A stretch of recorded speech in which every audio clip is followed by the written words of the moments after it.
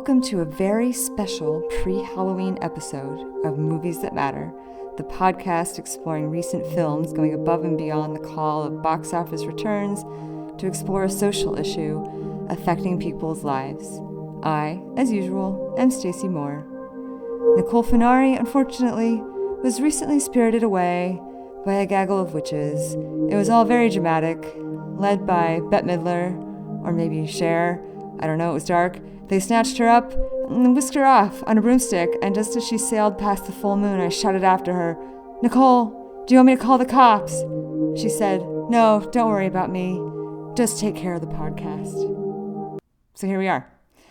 It's my favorite time of year, when warm days turn to fresh, cool nights, and the leaves start to change color.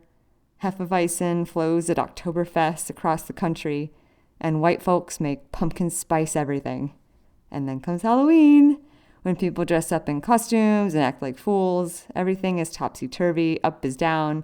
The dead come back to mingle with the living. It's a magical time.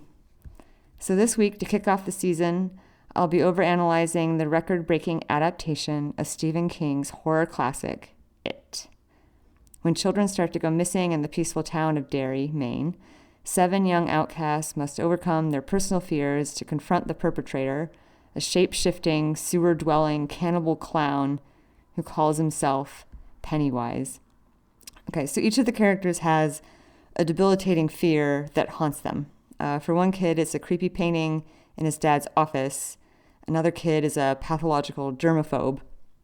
When I was a kid, my fear, I was deathly afraid of watching Stephen King movies, so this was a cathartic exercise for me. I was actually expecting it to be a lot scarier, but to me, it didn't operate like a typical horror movie. The tone was more like a really dark, gruesome Goonies, if you will, much closer to the coming-of-age one summer genre than the straight-up horror genre. The first quote-unquote scary scenes are less frightening and more either creepy or gory or just gross, like almost like what a kid would think of as scary, which I suppose is appropriate because the movie is about kids and the fears that we experience as children. So it seemed to be riding the Stranger Things wave. Like there's a lot of riding bikes together through the idyllic New England town. I've never in my life seen a town like that, but all movie children seem to grow up in these towns. No one ever grows up on a cul-de-sac or near a mini mall. But anyway. Oh, quick aside, since Nicole's not available to comment on music, I'll just mention quickly that I appreciated the soundtrack, not including the usual Flock of Seagulls, I Love the 80s compilation hits. Hearing 6 Different Ways by The Cure and Bust a Move by Young MC really made me smile. And the wardrobe and furniture and everything really, it looked like genuine 1980s styles and homes, not the over-the-top hyper-neon nightmare you sometimes find in 80s movies. So anyway, gradually the tone progresses to darker moments that are properly scary, frequently but not always involving the clown, right? So a lot of the scariest scenes actually involve local bullies and parents. Scenes featuring Pennywise himself, on the other hand, are often visually mesmerizing or just plain campy, where you're like, whoa, dude just waved at you with someone else's hand. That's bananas. But I must say, I generally felt more distressed than scared throughout, and afterwards felt perfectly comfortable returning to my dark apartment at night. Drop us a note and let me know if you felt differently. But yeah, it wasn't technically the scariest thing I've ever seen. Like when I felt after I saw Paranormal Activity, for instance. But I know that's a matter of taste. So anyway, a few notes on performances. Everyone knows Jaden Lieberer is good, but he portrays Bill, who's kind of the protagonist. He's the one who loses his little brother, Georgie. Anyway, the girl, though, who does Beverly, her name is Sophia Lillian, is really engaging. and also the puny germaphobe kid Eddie, played by one Jack Dylan Grazer, steals pretty much every scene, even though there's what seems to be a Corey Feldman surrogate who is actually supposed to be kind of the witty loudmouth or motormouth. It's actually Eddie that made me laugh the most. But the Corey Feldman guy gets to deliver a lot of humorous one-liners, but, just didn't make me laugh as much. I only laughed a couple times. Anyway, in general, though, the kids are fantastic together as a ragtag bunch of losers banding together to survive the destructive elements around them. So the idea is Jane Lieberer's character Bill loses his little brother Georgie one day while Georgie's playing during a rainstorm, and you've probably seen that in the trailer. We know that, as viewers, we know that Pennywise has taken this adorable little boy. I mean, so adorable it hurts. This kid, he looks like a cartoon duckling. Like, his eyes are like saucers. It was just, I couldn't take how cute this kid was. And just his fate is just terrible. Anyway, but Bill doesn't know Georgie's fate and is understandably fixated on figuring out what really happened to his little brother. Meanwhile, the other members of the Losers Club, as they call themselves, each have their own crosses to bear. So Stanley is the son of a demanding rabbi and gets his yarmulke knocked off his head early in their film. Eddie, the aforementioned germaphobe, is basically a victim of Munchausen by proxy. His mom is, she's got issues and is very isolating and overprotective of Eddie. Ben is teased about his weight and actually suffers some pretty serious abuse at the hands of the local posse of bullies. And the aforementioned Bill has a stutter that he gets teased about. Mike is haunted by the sight of his parents perishing in a fire started by white supremacists, so he's got baggage. And Beverly is exhausted from dodging the inappropriately intimate attentions of her father.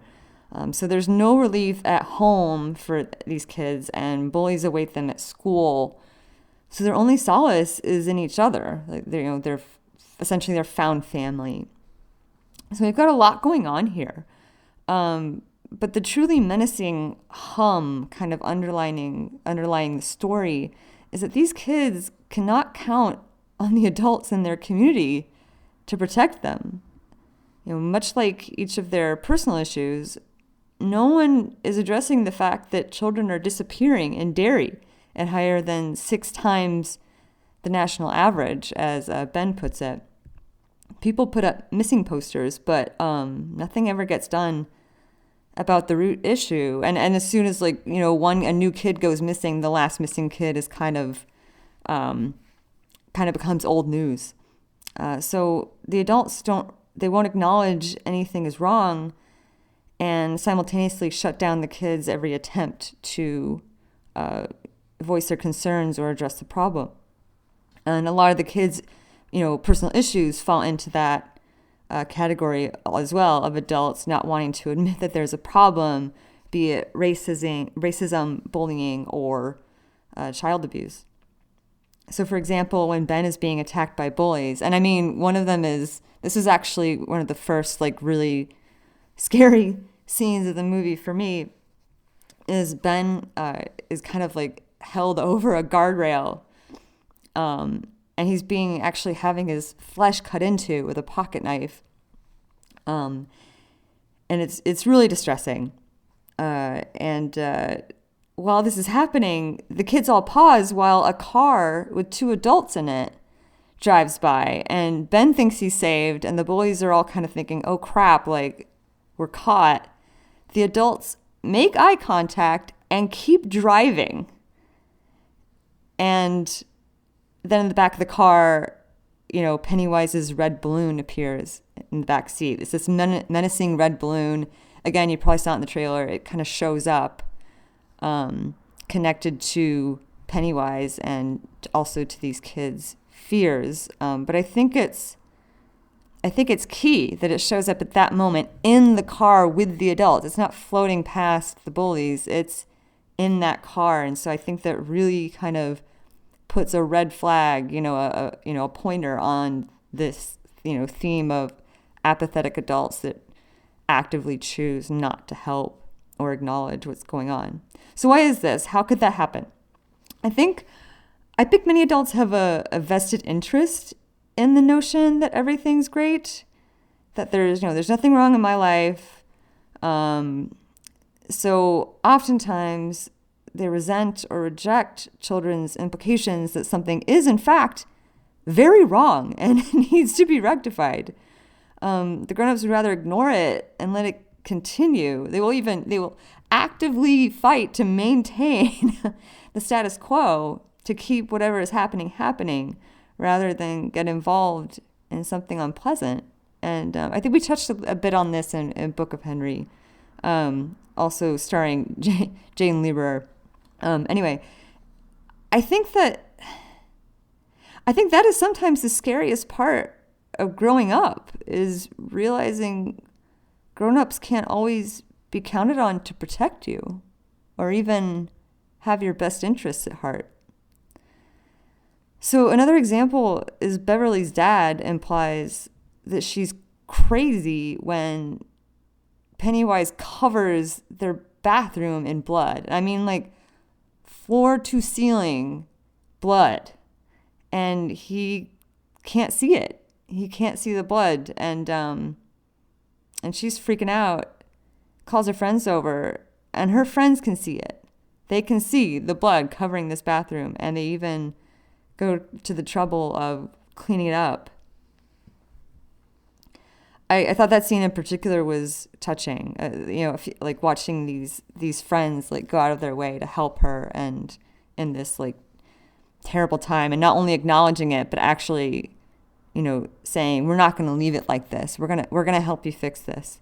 A few other scenes were emotionally affecting, like when Beverly is cutting her hair into the sink in that same bathroom after her dad kind of lewdly caresses her ponytail one day when she comes home. She rushes to the bathroom with a pair of scissors and is just crying and hastily snipping off her hair and watching it, swirl, like wash down the drain. Other supposedly emotional scenes felt kind of squeezed in, like Mike briefly mentioning he watched his parents burn to death. Like that could have been more thoughtfully done.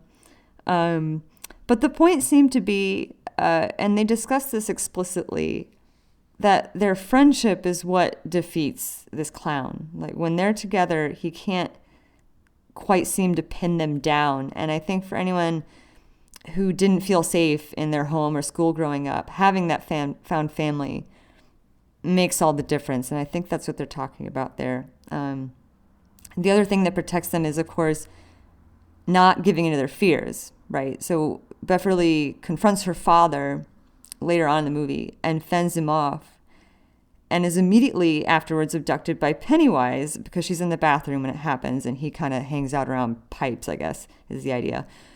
So he abducts her, but he can't consume her. Consume is a nice word. He can't tear her to pieces with his teeth and eat her like he does with his other victims. And Bill theorizes that that's because Beverly is no longer afraid of him, so he can't get to her. So again, it is less a formulaic horror movie and more a dark coming of age movie. It's like a coming of age movie for the rest of us. The fact is, not everyone recalls childhood and early adolescence as the golden years, as this like magical time. For some of us, it was a time of anxiety and dread that we were quite honestly thankful to have survived. And Bill puts it really well when referring to the clown's lair. He says, going into that house isn't half as scary as going home into mine. Pennywise represents that personal demon that you can't shake, that childhood fear that still puts you on edge. And I think, that's why it's not called Pennywise the child murdering clown. It's called It because it is different for everybody. And I imagine what the second installment... Oh, right. So in case, if you haven't heard, this is the first of 2 films. And we don't even realize that until you get to the very end of the movie and you see, and the title comes up and it says It, Chapter 1, implying that there is a Chapter 2. And I imagine what the second installment will explore, because as far as I know, the rest of the novel is about them when they are grown adults coming back home and reconfronting this, reconfronting it, I guess.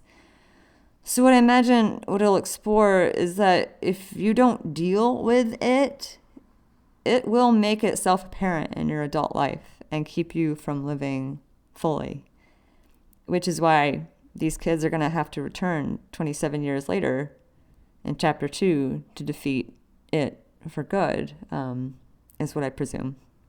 Which brings me to a theme I found confusing while I was watching the movie, but poignant, which is the blurred line between what's real and what's not. So it's hard for the kids to figure out from moment to moment, is this just Pennywise messing with us, or is this a genuine threat? Like, is what I'm seeing right now an illusion, or am I actually about to get my face eaten off?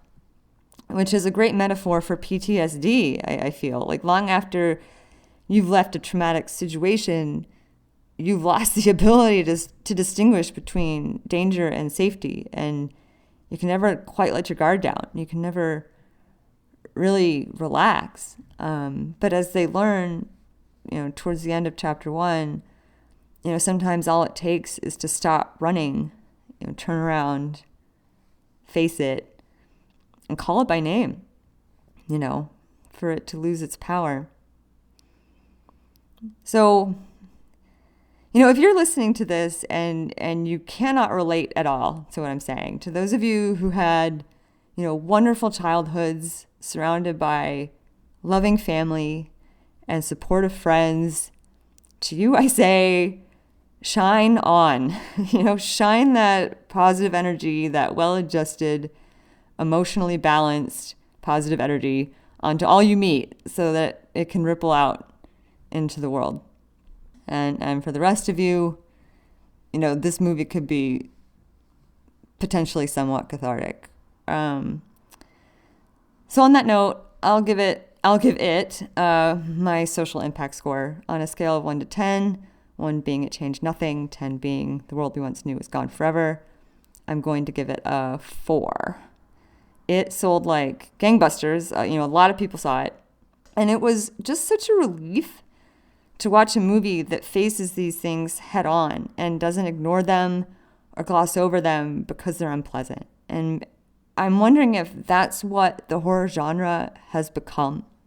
Whether it's Get Out tackling racism or Split delving into mental illness, the horror genre seems to have become a safe medium for exploring the uglier or simply more difficult aspects of our world in a palatable, entertaining way. And really, we can't ask much more from our movies, can we, than that? So I'm going to keep it a bit short this week, since there's just one of me, and, I can't imagine anyone wants to listen to me monologue for any longer than this. But I wanted to share my thoughts about the movie with you, and I'd love to hear what you think as well. So I hope you enjoyed this episode of Movies That Matter. If you didn't, don't worry. We'll be back to our normal format next time.